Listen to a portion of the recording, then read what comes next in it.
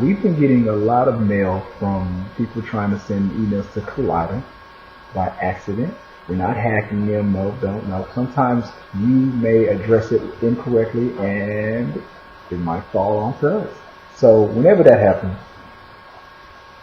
we like to let Collider know, hey, we got your mail. And this is us letting you know that we got your mail. So sometimes, they get thousands and thousands of emails every week. And they're not going to get to them all. When you slip and it accidentally falls onto our lap, we are going to read them out.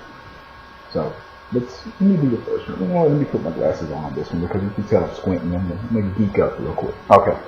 So the first question I have is from Tyler Jancy. Sorry if I'm messing up your name. So Tyler writes, with the Batman Superman movie, do you think DC will begin to take back the monopoly Marvel has on making amazing comic book movies? Thanks for the question, Tyler. Passing it on to Collider here, answering it for them. No, I don't think so.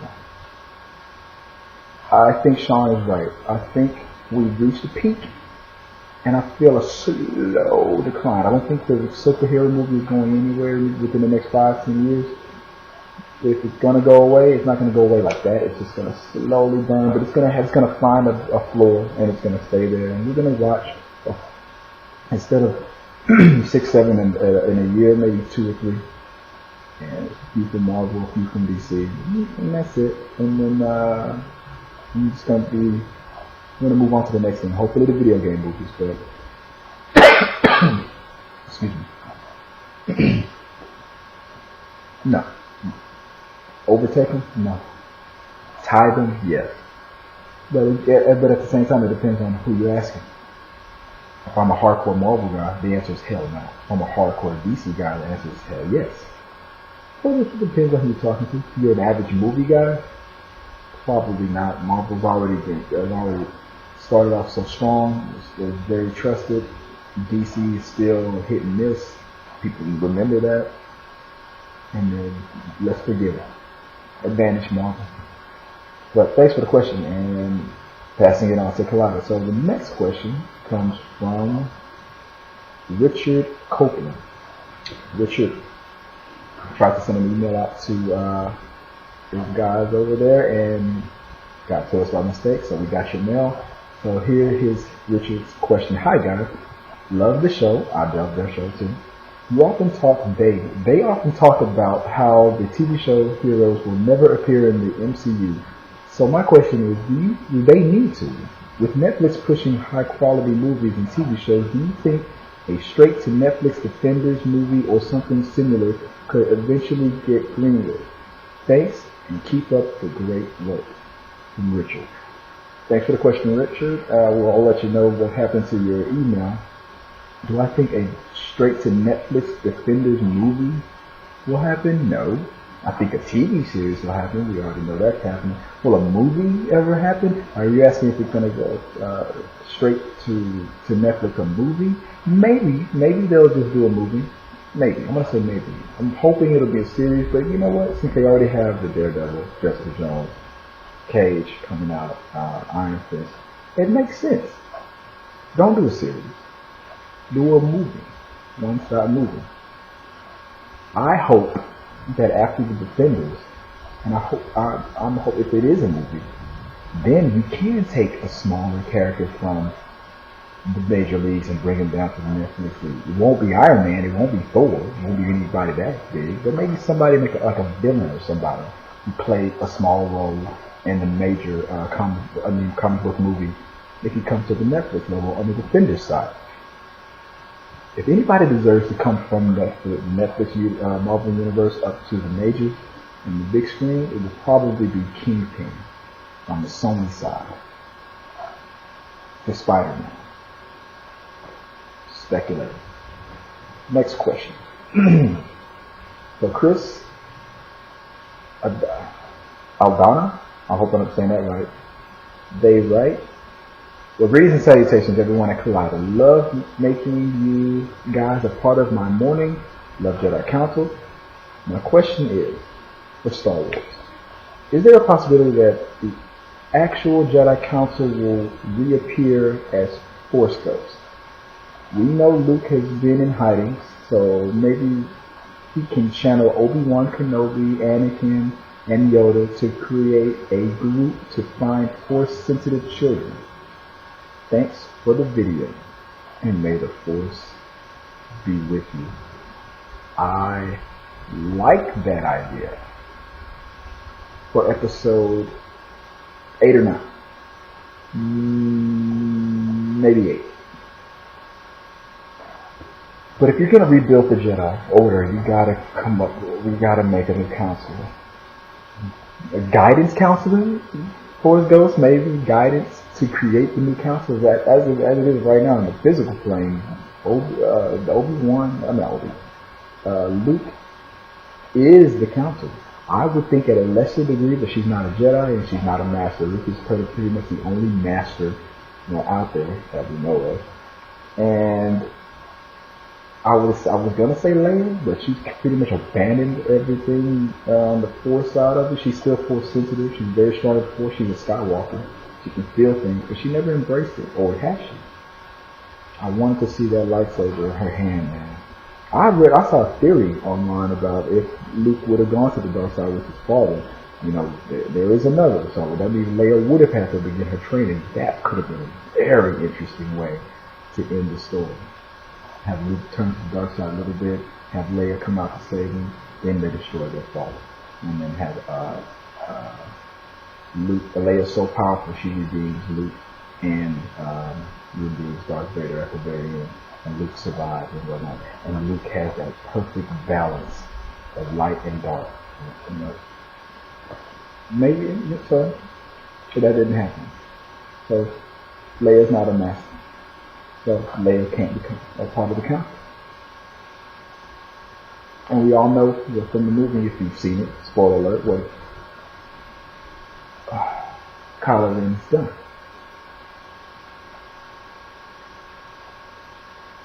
Force Ghost Council. I don't think it counts. It is there for guidance. I mean, for a long time, the Force Ghost wasn't even a thing. It was a myth. You can't communicate with them. Once we go to the Force, you're a part of the Force. To be your own individual self. Jedi didn't even know that was possible until. And if you have to watch Star Wars Rebels, I think there's an episode of that that talks about that. That wasn't even a thing. And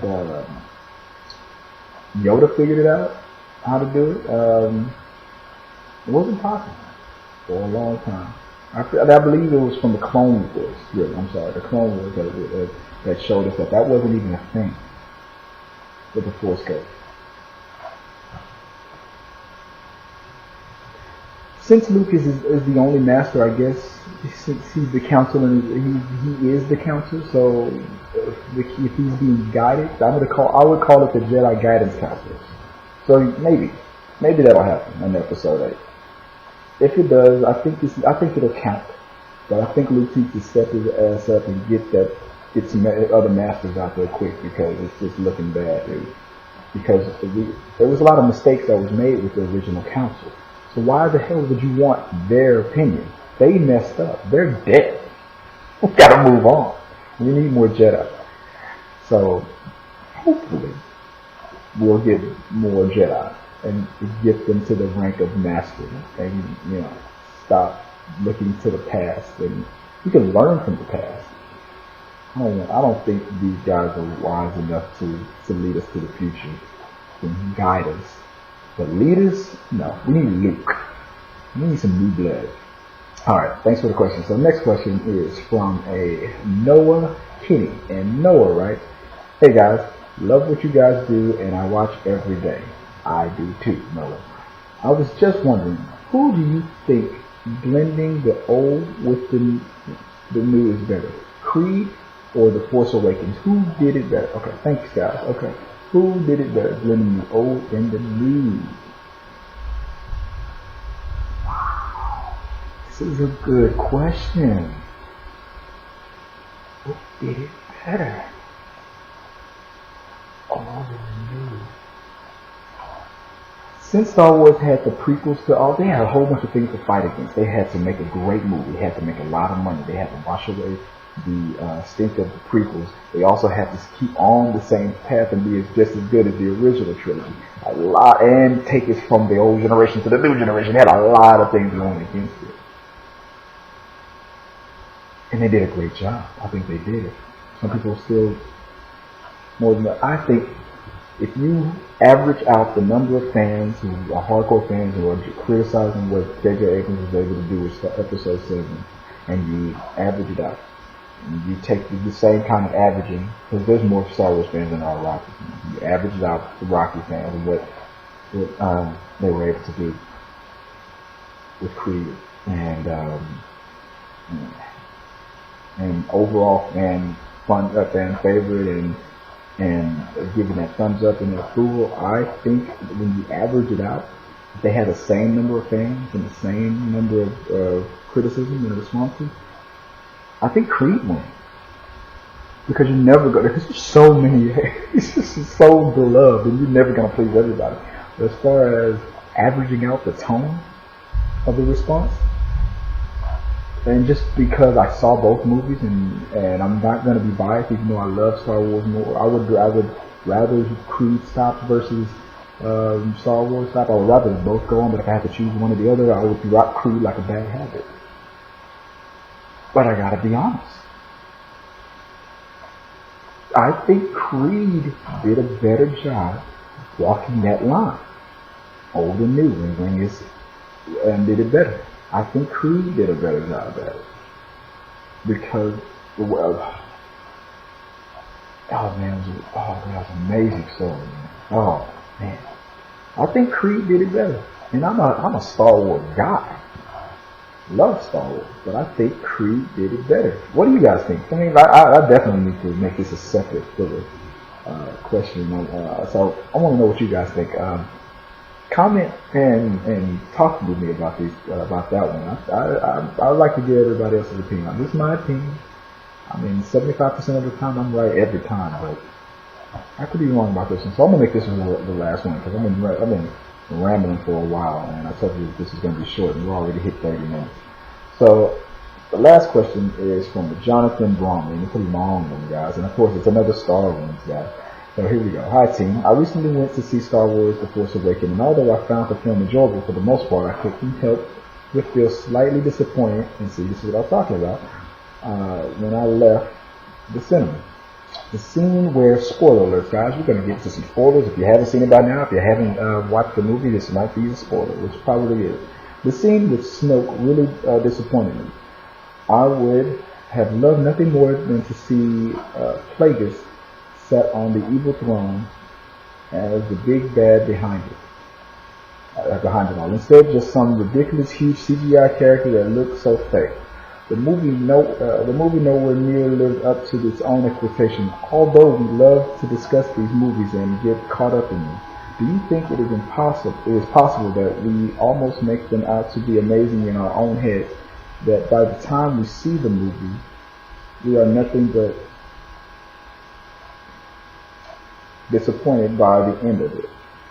And will debating the outcome of future movies for different franchises all have the same disappointment factor because we imagine the film to be so much better in our heads? With that, love the show, keep debating, but I beg, not too much. Yours, John, from England. I should have did that with an English accent, damn it. Well, this question would have been way better and better suited for Batman versus Superman. Do we pump it up in our heads more? Yeah, of course. We all had expectations of what should happen and what was going to possibly happen, and then when that didn't happen, we all got mad.